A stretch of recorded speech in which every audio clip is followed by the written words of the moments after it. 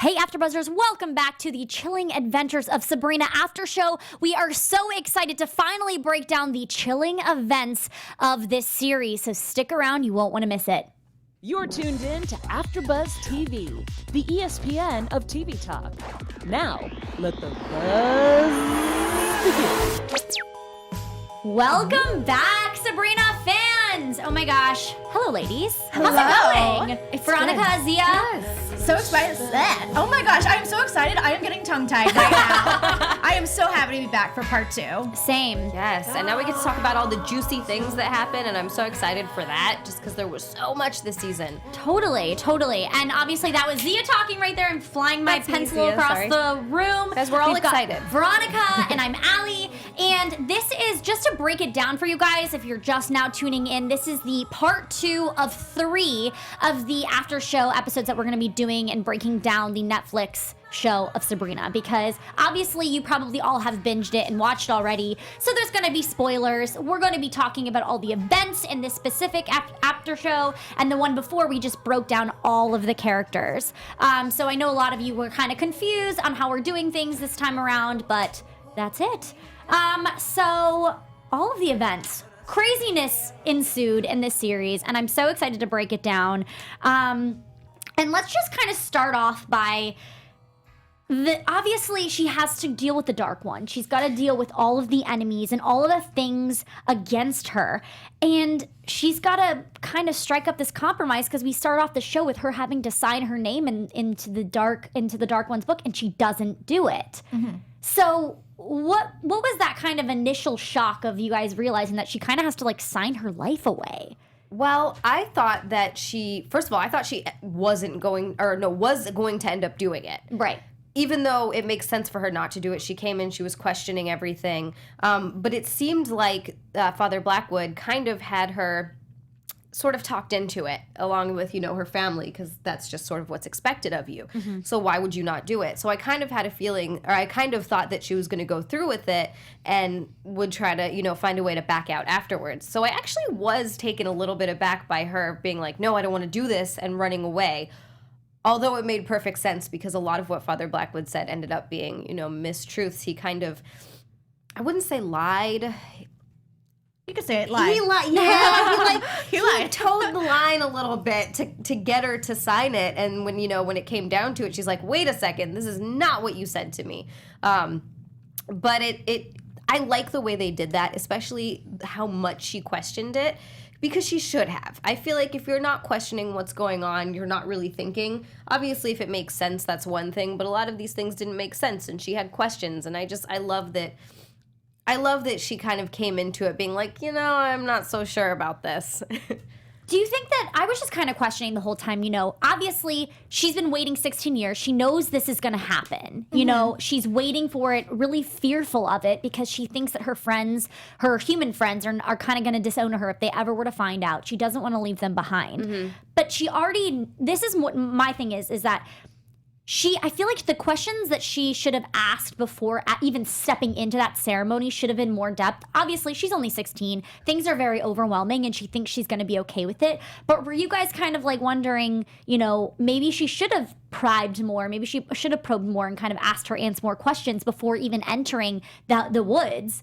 I thought so. Yeah. I definitely think if this is something that you were signing up for the rest of your life, you should kind of have a better idea of what's going on. And granted, I feel like her aunties and even Father Blackwood are going to tell her, oh, it's the greatest thing to ever happen to you and this and that. But she had an idea that something was up. And I just think, she should have probably asked a little bit more. And that's something that I think follows her throughout the series, which I don't want to say I feel like at times Sabrina was an unqualified witch because of how much she didn't know about something she was training for her whole life. Right. If that makes sense.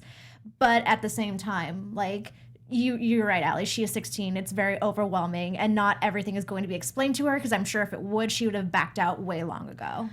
I also think, too, that a lot of it has to do with the fact that she grew up in that family, and she grew up around witchcraft, and it's just sort of what's expected of you. So to her, it's just definitely more normal maybe than someone from the outside would think. She just, grew up and her aunts did it and they're fine. And well, for all they seem fine. Yeah. let's not put say on a they're good fine. face. They put on a good face. But when it's something that's expected of you and you grow up around, you get more of a sense of normalcy for something that's maybe not so normal. So I'm not entirely surprised that she didn't question it more, or maybe that she was a little bit too trusting. Yeah. Because these are people that she's known for her whole life. Yeah, so it's kind of like she just trusted that they would have her best interests at heart. Yes. And so she went in just going ahead and signing the book. But obviously the little, the little hints they gave her along the way made her realize and open her eyes to, oh my gosh, my life is not going to be my own as soon as I sign this book. Yes. And that was from the little hints she kept getting along the way further and further along with Father Blackwood and everybody kind of popping in the house and everything. Let's see. I was going to say, I always had the idea that she wasn't going to sign the book just because her human life meant so much to her. Right. And I feel like had she signed the book right at the beginning, we wouldn't have seen a whole lot of her with her human friends and her relationship with Harvey. Right. We would have seen more of her witch side. So I always kind of assumed she wasn't going to sign it. But what I was so curious about was what they were going to do to have her not sign it, because what they did in the comic book, because I read the comic book, I did not think they would do this early on in the series, or at all, right now, at least in season 1. So I was very curious to see what they were going to make happen so she wouldn't have to sign. Yeah. What did they do in the comic?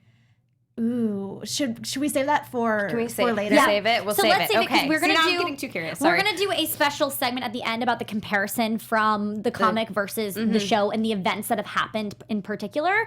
So we'll definitely go over that. But just really quick, we have so much to talk about, and I'm just like, I want to make sure we capture it all. But just really quick too, it was really interesting to me as someone that I haven't read the comics. So I was very kind of taken along this adventure and figuring out what Sabrina was actually going to do. And I really just believed that what she stood for and everything she believed in, it felt to me as if she was never going to sign the book. And I know we talked about her character choices last episode, was that, I didn't see her signing the book. Xia, you said that you did think she would sign it. In the beginning, yes. After that, no. I thought it was going to be where she would sign it and then be like, oh no, what have I done? Yeah. And then try to figure out a way to get out of it. Gotcha. It just was sort of looking like that. It wouldn't make sense for her to just sign it, obviously, and then be Right. like, oh, well, this is what I'm doing now. But at the end, yes. I was definitely like, oh, she did it. Okay. Right. Because she'd fought so hard not to. And Yeah. throughout the entire thing, her whole goal is to bring the Dark Lord down. Yeah. And I guess, obviously a lot happens from the time she goes to her dark baptism, from the time of the last episode. There's a lot that happens in between. And so I guess she kind of has to go through a lot in order to that's her last stitch effort to save some of her friends, and she feels like she needs to do it. So obviously, Sabrina is a heroine in this, where she's kind of having to struggle with good and bad, and it kind of hits her at the head and the end of the season. But I was just kind of frustrated a little bit at the end, because she had gone through so much to not do it. Obviously, all of the trials she went through, the sacrificing of things that had to go down in order for her to get out of signing it. And it's crazy because obviously, let's not forget that Hilda, is banished because they went and fought in the trials, and Hilda proved certain information in order for her to not have to sign. Yes. So I just found it crazy that all this stuff went into her getting out of this, and then here we are, fast forward episode 10, and she signed. So that was a little frustrating to me, but obviously we know that in her eyes, she feels like this is the only way in order to, 1, defeat the Dark Lord, and 2, save her friends and family. It was a bit disappointing that, to everything that you were saying, Ally and Xia, that she worked so hard to keep both of her lives together, both her witch side and her human side. And so it was disappointing when she did have to sign her name. However, I'm sorry, I forgot where I was going with this. No, that's okay. And dang it was such a really good point too. I hate when that happens. Thoughts I kind of know. go, especially because there are so many things that happened in the series and so many different ways to go about this. But before we move on, I would like to say we love you guys in the live chat and everything. We are reading your comments and we would love to know any of your thoughts. And please comment below on YouTube. You know, go follow us on Spotify or iTunes podcast, subscribe, like us, comment, give us 5 stars. But other than just our after show, we have so many other after shows to provide for you guys. So Xia, take it away. Yes, our AfterBuzzers. Our network produces after shows for nearly all of your favorite TV shows. Seriously, all of them. From dramas, reality TV, sci-fi, and more, there is no network that works harder to serve television fans. But we need your help. We're asking that you please subscribe to one or more of our channels. By subscribing to our channel, YouTube will suggest content that is tailor-made for you, and you help AfterBuzz continue to grow. And if you're worried about pesky notifications, don't be, because they are optional and you can turn them off. So hit that subscribe button now for this channel, and for check out our other AfterBuzz YouTube channels as well. Let us know you did so in the chat, and we'll thank you on air. And for now, thank you for being the best fans and helping us be the ESPN of TV Talk. We love you guys, and obviously we love Sabrina, and we are so excited to chat about this show. It is so exciting. I remember what I was You gonna remember say. your thoughts. I remember. Okay, so my point was being is it was very disappointing to see that she had to sign her name at the end of the at the Book of the Beast. But I feel like even though Sabrina is now more in tune with her witch side, I feel like knowing her, she's still gonna find a way to have the best of both worlds, as we saw with her a lot this season, her trying so hard to like be the exception in the world. Right. Yes. Well, and obviously, the one at the end of the trial, she kind of gets the best of both worlds. She gets to keep her life, but as well, she has to attend the Academy of the Unseen Arts. And this was obviously, I was a huge fan of Sabrina the Teenage Witch, and so that's what we were talking about this, that's what led me into watching this show. And everybody comes from different avenues. Some people have come from reading the comic books, and I was just really, I think, scared in this because Sabrina goes through so much at the Academy of the Unseen Arts, and the harrowing that the sisters put her through. I mean, she has 3 days of pure torture, no sleep, no nothing, with no one to help her. This was kind of confusing to me at first because the whole point Father Blackwood makes of the harrowing is to kind of weed out the weak. Right. But I would think, wouldn't there be a way to do that before they go through the whole dark baptism, all of the training, and then to the school? I feel like there would be something before that if they were weak to not go on. And also, that's and I know that this is sort of in line with just how archaic it is, but that's so barbaric. Right. That you're literally torturing, I mean, the little boy, that twist, please. Yeah. I think I almost cried. So sad. Oh So my sad. God, when you find out the little boy is actually dead. And to me, you're killing, like, children. Like, he was, I mean, what, 7, 8? Like, how old could he have been? Right. A small boy. He was a small boy because they're too weak. Like, you're right. There could have been something beforehand that, hey, just don't accept them into the academy. They can be home-trained witches, or you call them squibs. Harry Potter, sorry. The Dark Lord, too. There were a couple of things in this that I was like, oh, this is very Harry Potter-esque. I like this. Yeah, and just the harrowing in general, it's like hazing. Yeah. And I kind of like that I actually do like that they threw that in there a little bit, because hazing is one of those things in college. I never, did that whole thing, so I'm not familiar to it, but I've heard, and it just seems like such a ridiculous thing to do. Well, and it's crazy because they're doing it to their own. And Sabrina mentions this many of times, is that we constantly are like contradicting of how we shouldn't be hurting witches, but yet that's exactly what you're doing, especially in an academy where you're supposed to be learning and wanting to be there. Like, you are choosing to go. In this case, Sabrina's kind of forced to go, but they're choosing to go here thinking that it's going to get them a step closer to whatever it may be in the witch world. And it's setting them all back, if anything. And so it kind of what makes you wonder too, like, obviously, we're just seeing a hone in on Sabrina's adventures there, and then we see a little bit of the harrowing of the entire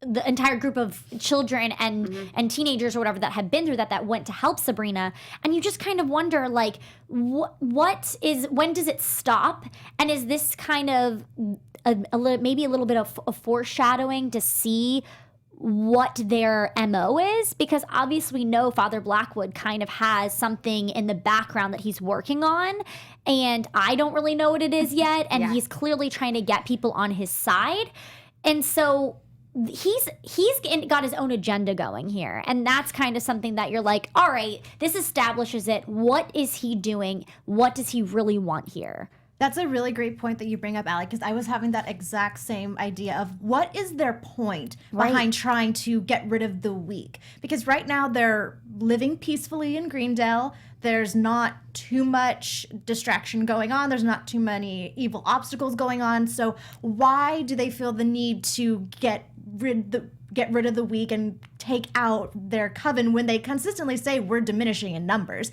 So it kind of makes you think, what's the point of the harrowing?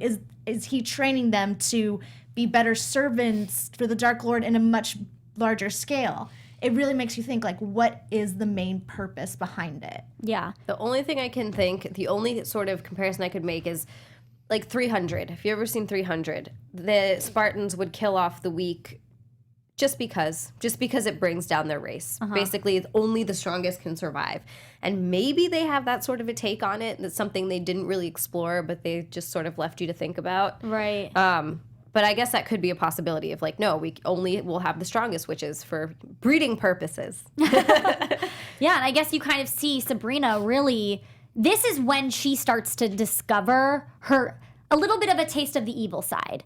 This is when I think it's really easy for the demons to kind of get to her, and for the weaknesses that she didn't have before even entering to sign the book, they kind of come in, and she's starting to really have to dabble with this because she has no other choice, you know? And maybe that's kind of part of the harrowing, is to kind of be like, you are a witch and this is what you have to deal with, and it kind of was forcing her to face the facts. But for someone who's not a half-witch, I wonder what that's like. Right. That's a good point. Because a lot of what they kept calling her, and again, this is so similar to Harry Potter calling them, sorry, I'm going to keep doing this, you guys, I apologize. They kept calling her a half-breed. And that's, something that's scorned. And that's, the main reason why they don't want her there. Yeah. Or it's like a big part of the reason why they don't want her there. And it seems obviously that she's stronger than a lot of these witches. I was going to say, it's funny because in a lot of media that I particularly watch, half-breeds are stronger. They come out, they prevail, they are stronger than even pure bloods or whatever they are. Right. Yeah. Also in Harry Potter. Yeah, right. That's true. There's a lot of comparisons that go in. There. It's amazing. Yeah. I am a huge Harry Potter fan too, so I appreciate it. So moving on a little bit from the oh my gosh, I don't even know why I said that. I was going to say Father Blackwood, but moving on from the Academy of the Unseen Arts and kind of diving into the events that she has to deal with outside of the Academy. Not only is she dealing with these while she's at school, she goes home and she's trying to figure out how to unlock what her father had created. And in that, and within that, she has to take down Batty Bat, a demon that haunts you in your dreams. Veronica, you're smiling. I am, because, okay, I don't want to get too off topic here, but to anyone watching, listening to you, Xia and Ally, I don't know if you've ever watched a little Disney Channel original movie called Don't Look Under the Bed. No. But Batty Bat was basically the boogeyman. Oh. The entire time, well, she's not like the boogeyman, but yeah. she reminded me of the boogeyman. And fun fact, the boogeyman was actually a boogie woman in the Disney movie. So, Very that's nice. all I was thinking of. Going back to Sabrina now. But, Batty Bat scared the crap out of me, okay? And I was were you guys thrown when you realized that Zelda had not, like she didn't solve it, and then they were all kind of in their dreams? Were you thrown off any bit? Or were you kind of like, oh, duh? I kind of figured well, not like, oh, duh. I was a little like, I'm curious how she got out of there. Right. But it felt like it was so quick just to put her back, especially if the configuration, which was so difficult that no one can solve, how could if it took that to seal her, how could a little vase or an urn seal her? Right. Yeah, that's a really good point. I wonder, and especially because Sabrina's father was the one that, captured her in the first place. And he was supposedly this great warlock who did a lot of research and, changed a lot of things. I like what they're saying. Sorry, this going back just a little bit. Yeah. No Diggity in the chat had a good point here. He says, do the girls realize harrowing isn't supposed to kill them? Those were harrowings that went too far. And yes, you're right. They did go too far. However, they still kind of made excuses for the harrowings, just being like, oh, well, those went too far. Oh, well. Right. It's not like they were trying to stop them from happening again. It seemed like they were just going to continue going on this path. And it was just like those people, it's just kind of like, they seemed like it was like, oh, no worries, we'll just move on. Yeah, just keep going. He also, or she, I'm sorry, I don't know, made a good point saying harrowing is like boot camp. You have to tear someone down to build them up stronger. It's sort of, yeah, I can see that. Anyway, back to Batty Bat. I just loved Batty Bat so much as a demon. I thought she was just so fun. Oh, so fun, so creepy. Batty Bat haunts me in my nightmares. Like, is anybody else? Literally, I was so scared the whole time, and these dreams were just horrifying. But what I found very interesting, and something that was confusing me while I was watching, and then I kind of was like, oh, this makes sense, because obviously Mrs. Wardwell needs Sabrina to check off certain boxes in order to be what, the Dark Lord needs. But while I was watching, I was so confused because there's moments when I watch Mrs. Wardwell where I'm like, it seems like she has good intentions, even if she's trying to do something bad. And it kind of makes me go back and forth, even though I know and I have to remind myself that Mrs. Wardwell is evil and she means no good at all. She does such a crazy thing where I almost start to believe that she's doing this for the better good of Sabrina, but she's not. She just needed Sabrina alive. That is very apparent in this episode because Batty Bat obviously wants to get revenge on the Spellmans and for Edward locking her in the configuration, and the fact that Madame Satan could not foresee this at all. Right. She was definitely looking out for Sabrina in this case. Okay, that makes sense. And it's obviously she needs Sabrina alive in order to complete some of the tasks that she's been told that Sabrina needs to accomplish. Well, and also I think a big part of it is that she really wants to move on to sitting on the throne next to the Dark Lord, next to Satan, and she needs Sabrina, what she thinks now, we don't know, to take her place. So she also is working from like selfish motivations of like, I want her to take over my place so I can then move up. Right. Which I still don't think she's never going to move up. I don't think so either. No. Whatever the Dark Lord is wanting her to do, Madame Satan to do, it's just obviously Sabrina is some sort of piece, some sort of a piece in this chess game that he's playing. And I just feel like there's no good that can come out of any of this situation. It's funny because it's kind of funny that Madame Satan thinks that Sabrina is going to basically take her place and she's going to rise, when I feel everything she's making Sabrina do, Sabrina has already way surpassed her. Yeah. Because she hasn't done half the stuff that Sabrina has had to do just to appease the Dark Lord. Right. And so it's interesting, too, because you're right. She's kind of like, she's cultivating her to be higher than her and to make her do all these things. But I just found that really interesting in her character choice. And I think she's just an amazing actress because you're just watching this and it is so confusing because your brain goes back and forth to kind of figuring out the motives because everybody has one. And you're right, she does such a great job. I almost like Miss Wardwell. Right! I find myself like rooting for her. And then you're like, but wait, no, stop, she's evil. It's because like 85% of the series is her genuinely seeming like trying to help Sabrina out. And the other 15% is her little monologues of like, oh, the Dark Lord wants this, and you're brought back to reality, like, oh my gosh, you're actually manipulating this poor girl. Right. Which is just wild. So wild. So that's like only one of the first demons that Sabrina has to defeat in order to just kind of help her friends and family survive. survive. The next would be the exorcism, trying to help Susie's uncle.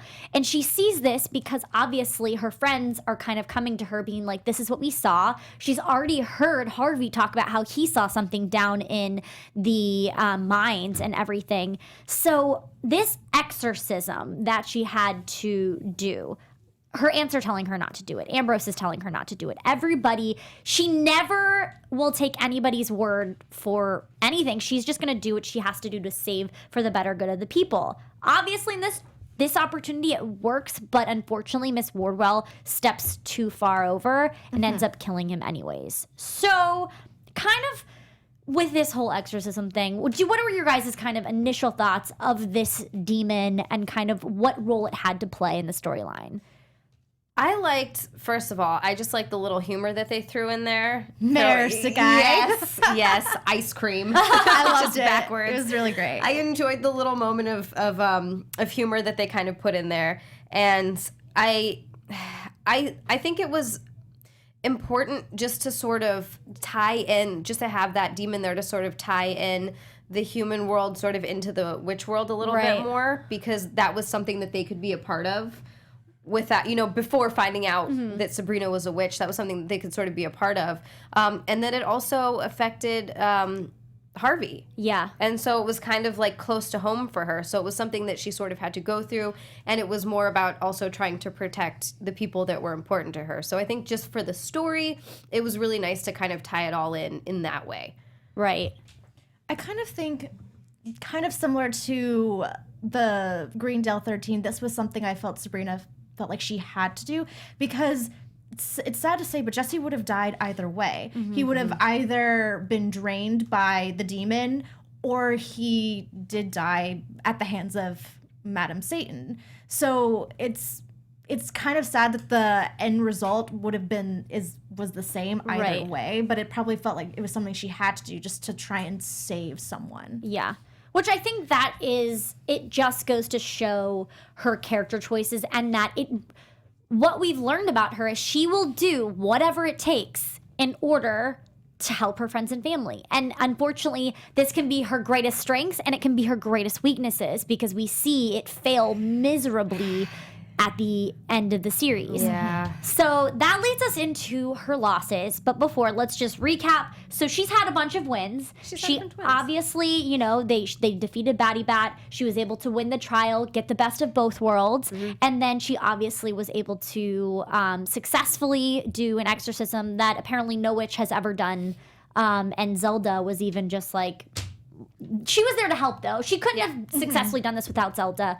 And that's something, too. Really quick, actually, before we get into her losses, I would like to say, I know I've mentioned everybody kind of has their own agenda, and I don't know what Zelda's is yet, but whatever it is, Sabrina's at the root of it. I feel like... In a good way. Yeah.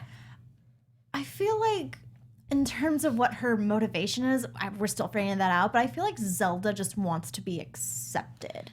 Okay, that's a great point. I think that she wants to be sort of a pillar. I was going to say, very similar to that. She wants to be sort of a pillar in the witch community and be like a big part of her coven. And I think a lot of it is that she is kind of lonely. Yeah. Which is why she ends up having that affair a little bit. Woo! Oh my goodness, Right? not a fair. I know.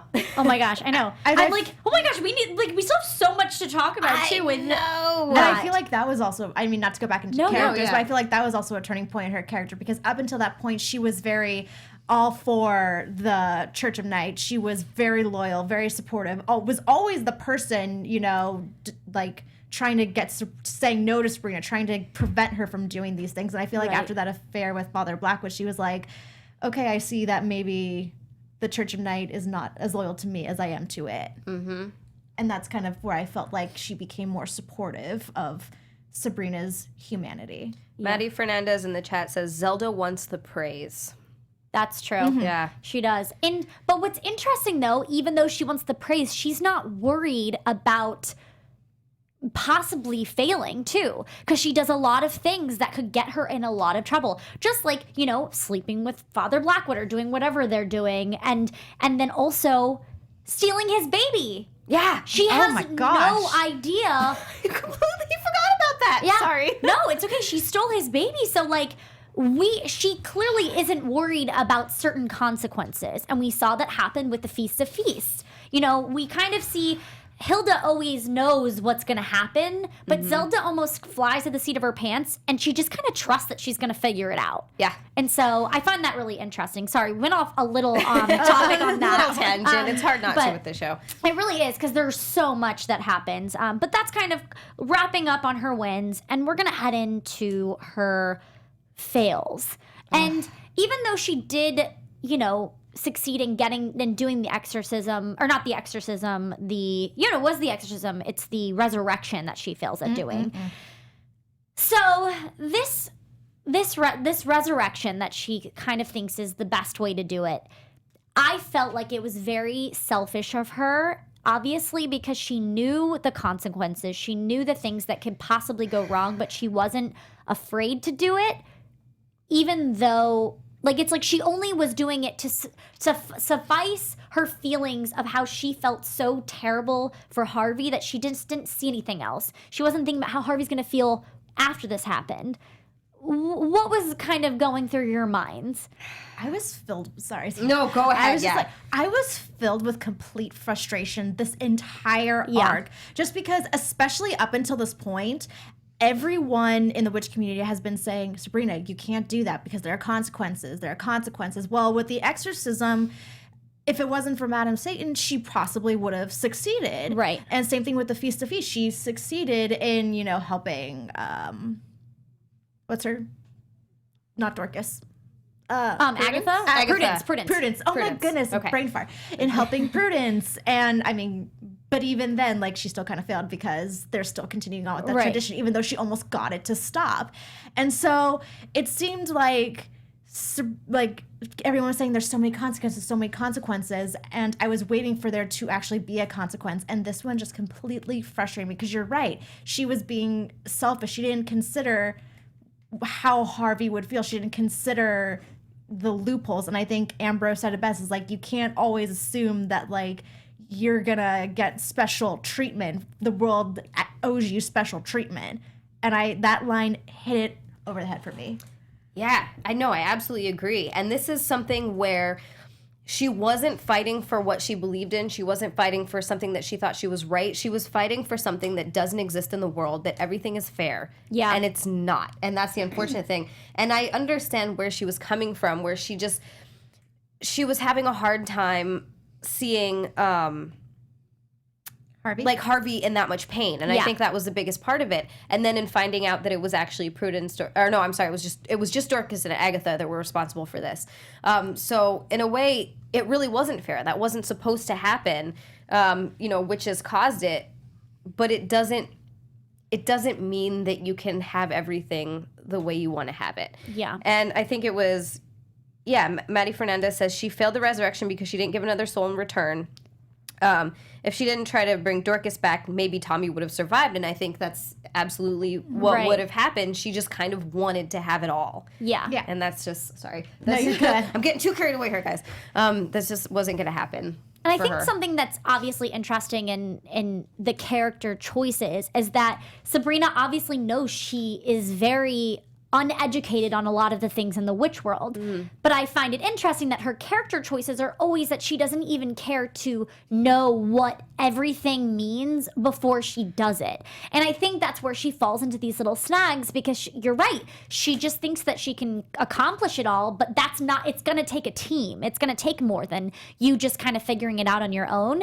And so maybe we'll see her trying to involve more of a team, and that's when her friends are going to be around her and surround her with help. And now that they know she's a witch, she can kind of have more help, because right now she's trying to do it all on her own, and we understand that that's kind of how she is as a character, but it's hurting her in many ways, and it's hurting other people in many ways, and that's kind of, it's her biggest failure. Like I said, it can be her biggest strength or her biggest weakness. So That's, hit the nails on the head with that one, yes. yeah, and it's just kind of hard, because obviously, here we are with Harvey. Even though he was hurting, she hurt him even more in the end, which obviously she's not okay with feeling, and that's just kind of, where are we going to go from here? Yeah. Again, kind of going back to the point I made earlier, you were saying, Ally, of how Sabrina is not super educated in a lot of witch law, and she kind of just goes ahead and does these things. It kind of brings me back to that point of saying she's kind of an unqualified witch. Again, especially considering she is a Spellman, and her aunties were like, we've been training her since she was born. This is her birthright. This is what she's going to do. But she doesn't know everything. For example, the Feast of Feasts.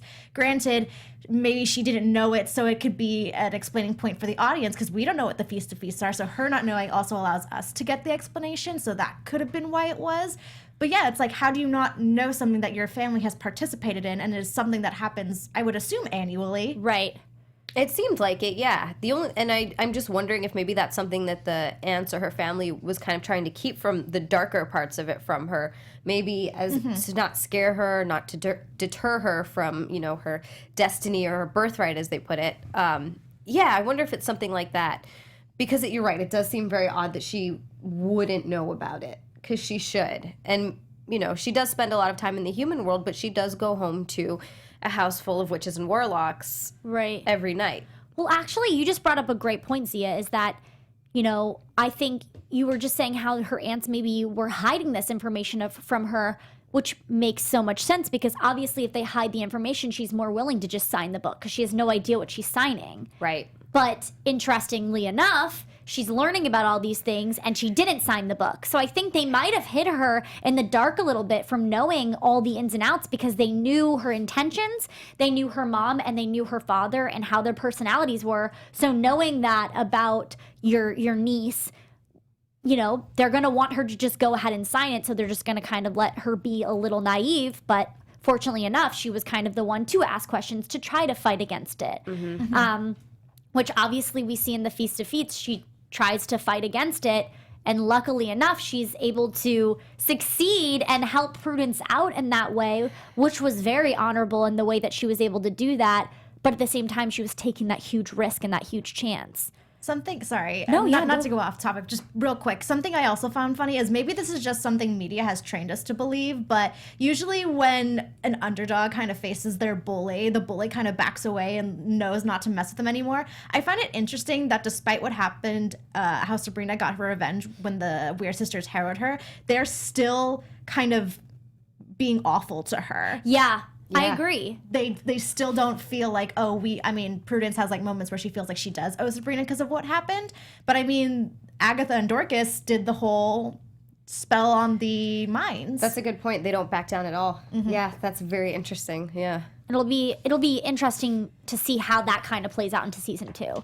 Because who they're buddies now knows what's going to happen. Oh, gosh, guys, we're running out of time. So before we wrap this up in a pretty little bow, let's talk about some of the comparisons from the comic books to the show. Yeah. Veronica, can you take it away for us? Obviously, Yes. earlier we were talking about the comparison of some of the events that you were worried they might be spoilers. But so spoiler alert right here. If you don't want to listen, if you haven't read the comic books yet, turn it off right now. Turn it off, because I don't want to. Yes, I don't want to give away too many spoilers, but there are some things I feel you two and others would find interesting about some of the comparisons. So, in the series, it's made very clear that both Edward and Diana died in a plane crash, but in the comic, they are still more or less alive. Oh. And it's actually a very terrible situation that Diana is in. Again, I don't know how far I should go with it. Either way, I'm still going to read the comic. Okay. So. Yeah, I'll just say that she's in a very upsetting and a very cruel situation that Edward put her in, because Edward couldn't create, he couldn't get an heir, basically. Oh. And so he I guess he loved Diana, but he also kind of used her as a vessel, is the word I believe the comics use. Interesting. And so there's that. Oh. Madam Satan is actually a scorned lover of Edward. That would make so much sense. Oh, I like that. And so that's kind of why she wants to get revenge on the Spellmans. She does take the role of a teacher, but a drama teacher of Sabrina's. And okay, so this is a very big spoiler alert, but it's kind of not a spoiler if you pay very close attention to the opening credits of the show. But what I was saying earlier about the dark baptism is that in the show, the dark baptism is kind of put to a stop because Sabrina runs away because she feels so manipulated and it feels lied to that she doesn't want to sign her name in the book. And that's why she goes on trial, because she like broke the law because she promised herself to the Dark Lord.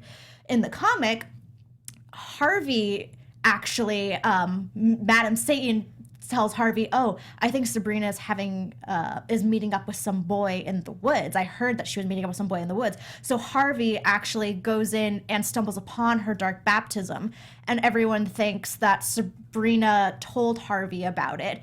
And then that's kind of why she goes on trial, is because they're like, you told the human boy about the witch world and the dark baptism and all that stuff.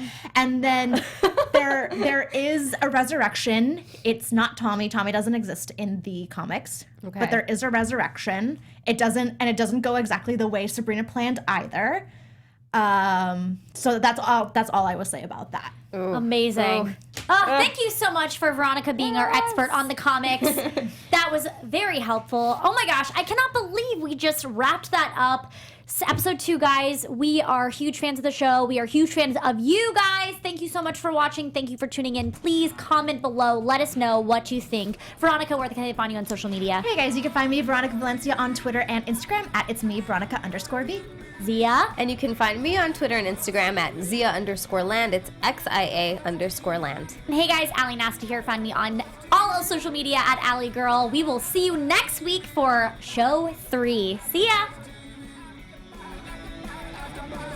Our founder, Kevin Undergaro, Phil Svitek, and me, Maria Menounos, would like to thank you for tuning in to AfterBuzz TV. Remember, we're not just the first, we're the biggest in the world, and we're the only destination for all your favorite TV shows. Whatever you crave, we've got it. So go to AfterBuzzTV.com and check out our lineup. Buzz you later. The views expressed herein are those of the hosts only and do not necessarily reflect the views of AfterBuzz TV or its owners or principals.